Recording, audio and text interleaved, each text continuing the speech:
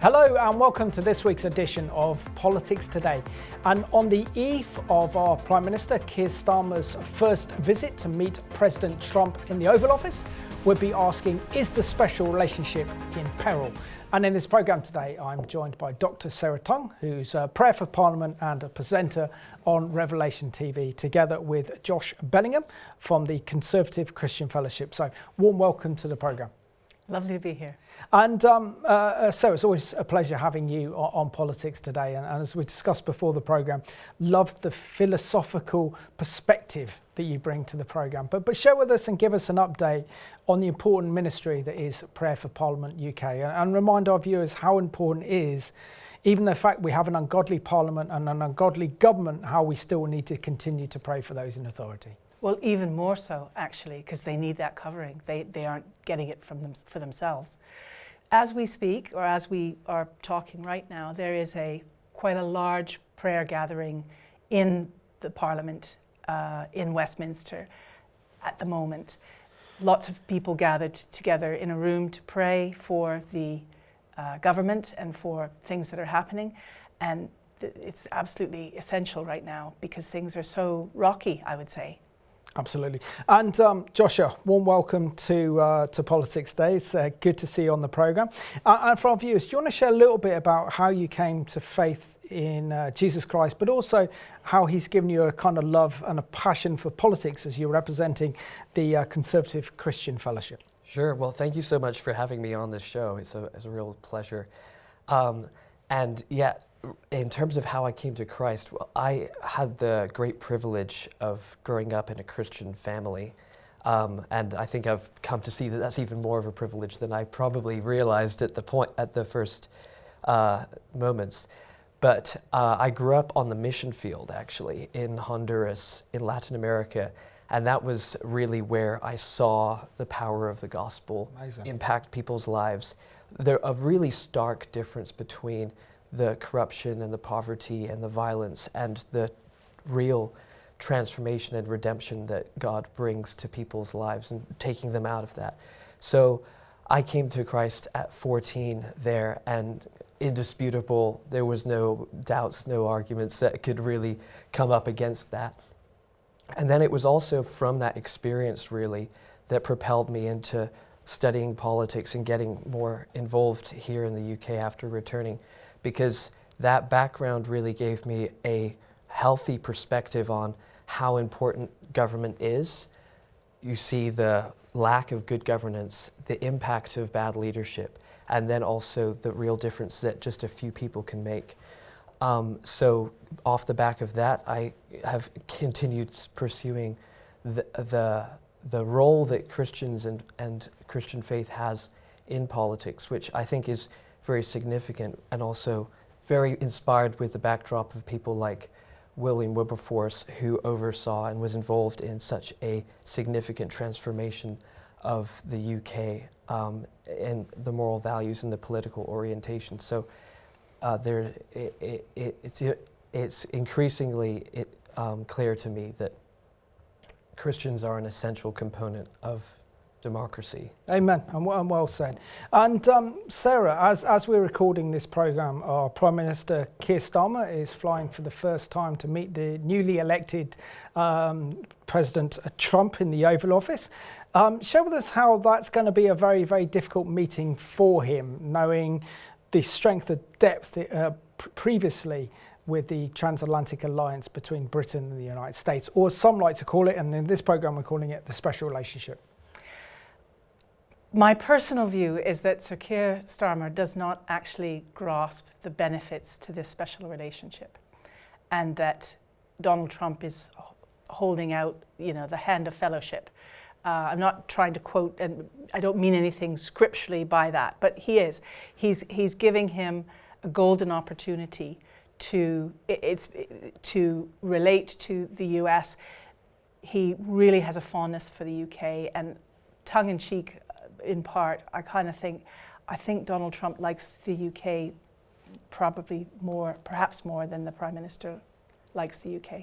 Yeah, that's an interesting observation. So that's not quite an answer to your question, but given that view and that all the awkwardness and the negative words that have been said about Donald Trump when Sir Kier Starmer and his foreign secretary and others were in the shadow cabinet, it's a bit embarrassing. Absolutely. And Joshua, share the huge ideological difference politically between Donald Trump's administration and that of the Labour Party and the Labour government led by Kier Starmer. I mean, the differences in terms of the economy, difference in terms of foreign policy, difference in terms of libertarian values such as freedom of speech and the freedom to practice Christian values in the safety of a democracy. Surely these are going to be clashing points between the newly elected Donald Trump and Starmer and his administration. Yeah, I think we're in a really interesting point in history, Simon, and the changes that are happening are quite tectonic. We have pretty much left the old Second World War order of peace in the West, where we had these groups and organizations facilitating alliances and freedom and security. We've switched into a very new stage where America is going back to its foundations and principles, and then also at the same time taking its national interest first and foremost, and that is switching things up quite considerably. So this meeting which is coming up is quite climactic in a lot of ways, because what Starmer represents is very much an establishment view. He holds to the EU mentality, and it doesn't really put, as far as we can tell, he doesn't really put the national interest at the forefront of his negotiation. We'll have to wait and see how that actually plays out. But with the backdrop of everything we know about Trump in terms of defending freedom and then also his respect for countries that do that, I think we are at a juncture. There's a possibility that Starmer will actually be forced to take a view which is more libertarian, forced to take a view which is more realistic in terms of defending those core principles of freedom because of the negotiation dynamic. Yeah. And I mentioned you prior to the programme, which I think we should let our viewers into this conversation, mention the fact that prior to the election, Kier Starmer wrapped himself in the Union Jack, the British flag. Yeah. And then when he came into office, his press conference briefings would have the British flag. Now it seems like he's dropped the British flag and that patriotism. And in a recent press conference, when he's talking about European defence and the Ukraine situation, he referred to himself as a European. So it shows you ideologically where he was, and that he feels he no longer has to convince the British electorate to actually vote for him. But show us how that could be a sticking point in the special relationship, because we know with Trump, we know with his administration, they've wrapped themselves around the stars and stripes of the United States flag. Well, it's a good point. I think traditionally, if we're looking at the special relationship throughout time, there's been a difference in terms of British patriotism to American patriotism.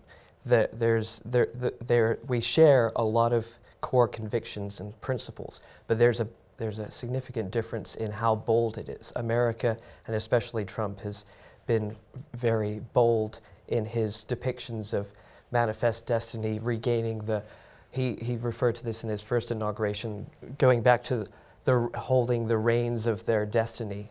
And there's this view of America as having that overarching position, and we don't really hold.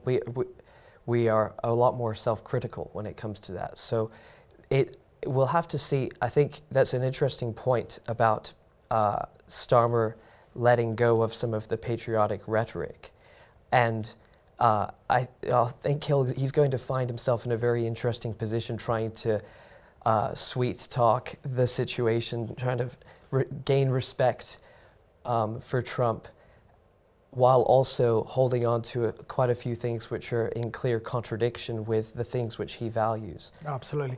And Sarah, I have to call out Philip Johnson, who wrote in The Telegraph. I think he summed up British foreign policy under this Labour government extremely well. So he describes, is what our Foreign Secretary David Lammy describes, British foreign policy under Labour as being progressive realism.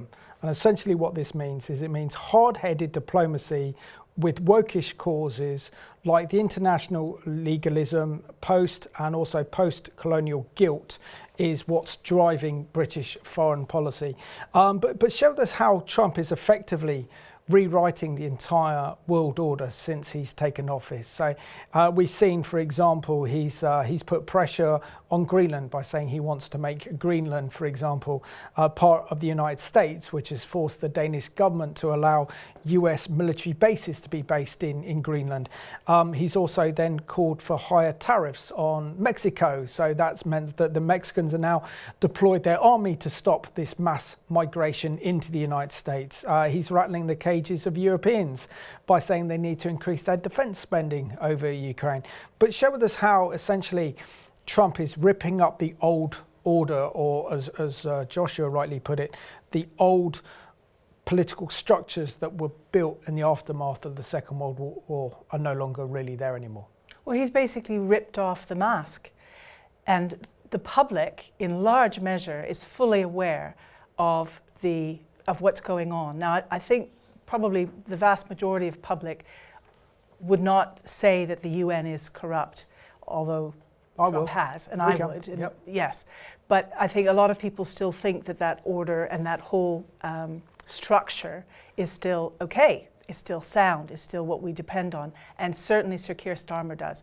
The International Court of Human Rights and the ICC? The International Court of Justice. Yes, but the ICC, what's that stand for? Anyway, it's another court. And as a lawyer, he thinks all these international courts, we should adhere to them. And Trump is saying, no, they're corrupt. So again, Trump has this view, I think it is actually progressive realism, which is saying what is actually happening within these structures needs to stop manipulating the countries and be thrown out. And it's quite ironic then that David Lammy is calling his view, or the UK view, as realistic, when the transgender and all that stuff is just completely unrealistic. Certainly is now, because they know that they no longer have an ally in the White House, which they would have gotten so well with Biden and the Harris administration. But with Trump in, it's a completely different ballgame altogether. And Joshua, we're seeing that Brexit is clearly a big problem for Starmer, because he doesn't know where to position Britain. As Sarah was rightly saying earlier before, that he could get a favourable trade deal with the United States, but he's more ideologically aligned to that of the EU and their move towards a European superstate than he is defending British national interests and British national values. So therefore is at crosshairs. And he's also come out and said that if, for example, Trump places tariffs on the EU, then he will side with Europe in a trade war against the United States, which is probably not in Britain's interest. So share with us his mixed position that he has in terms of the transatlantic relationship between Europe and the United States, and how that is effectively undermining his negotiating position when it comes to meeting Trump in the White House. Yeah, it's a very interesting observation. I think when it comes to Starmer going into the negotiating room, he will be shooting himself in the foot if he chains himself to Europe, which we've basically been uncoupled from anyway, and is not going in a direction which will support our national interests. There's no way that we can quickly return to a good symbiotic relationship there. So in terms of the realism that they're talking about, it would be very good if they take on a more realistic view. And it's interesting because in the post-Second World War world, foreign policy became far more realistic. It was based a lot more on realism than in the previous eras. And the thing about that is there's no real, you can't rely on imaginary situations. You have to deal with things as they are. And that's what Trump's asking people to do. And I think that's what in some ways, Starmer is gearing up for that. We just recently saw that he's announced that defense spending is going to increase to 2.5%.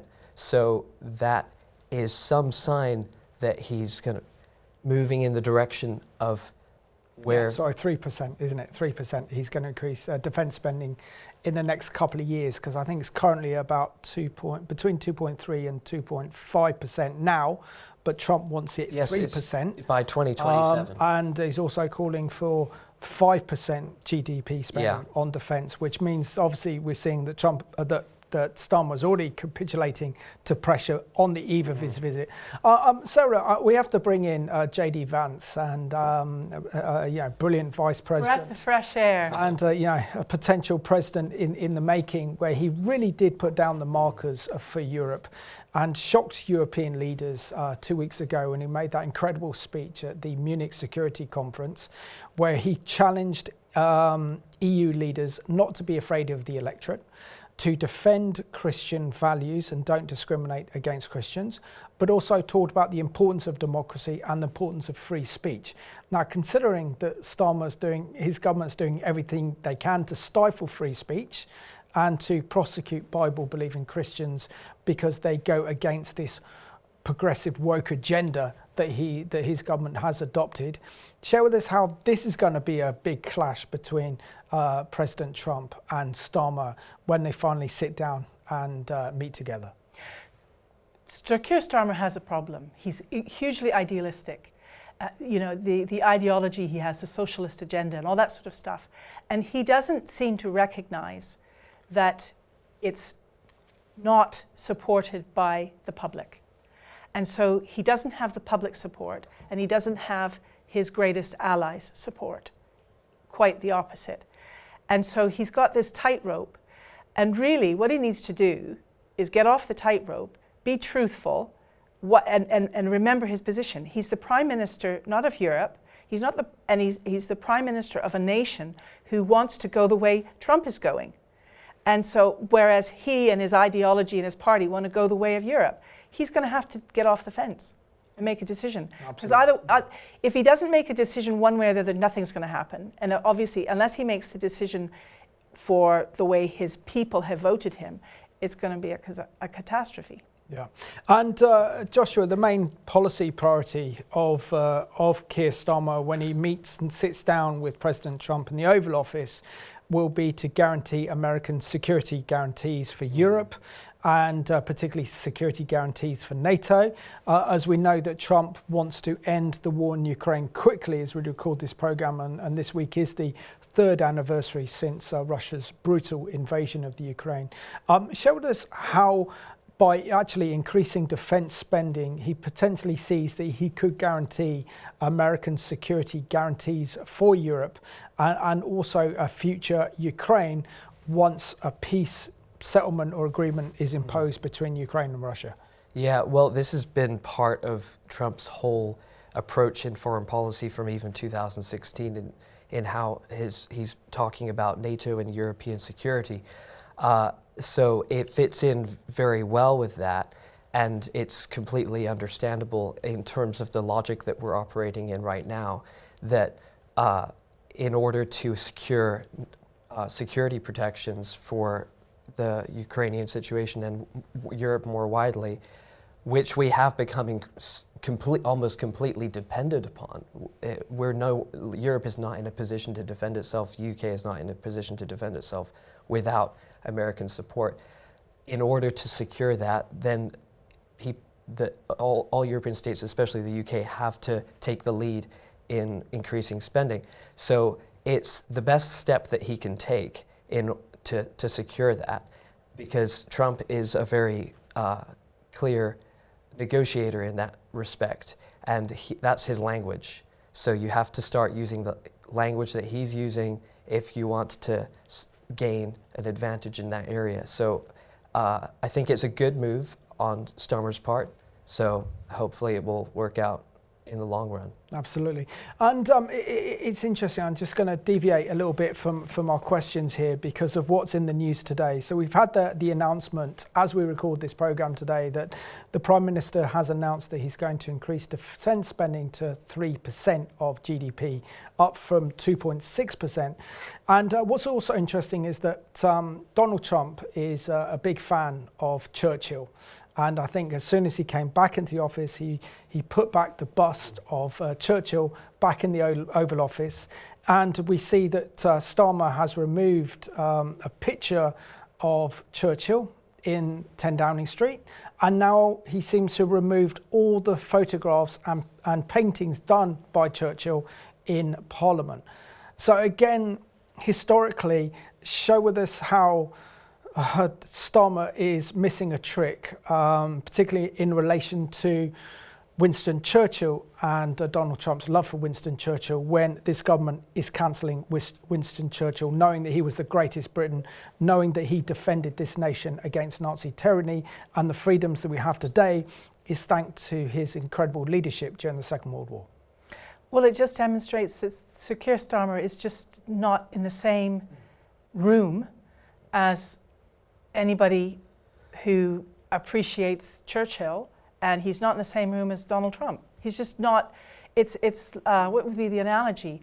So Trump is pitching, and instead of being at the bat, he's in the dugout. Starmer's in the dugout, you know, thinking, what shall I do next? What shall I plan? And it's all theory instead of practical. And Trump's a builder. He's extremely practical. He's so transparent, although he plays his cards and he asks for far more than he ever expects he's going to get.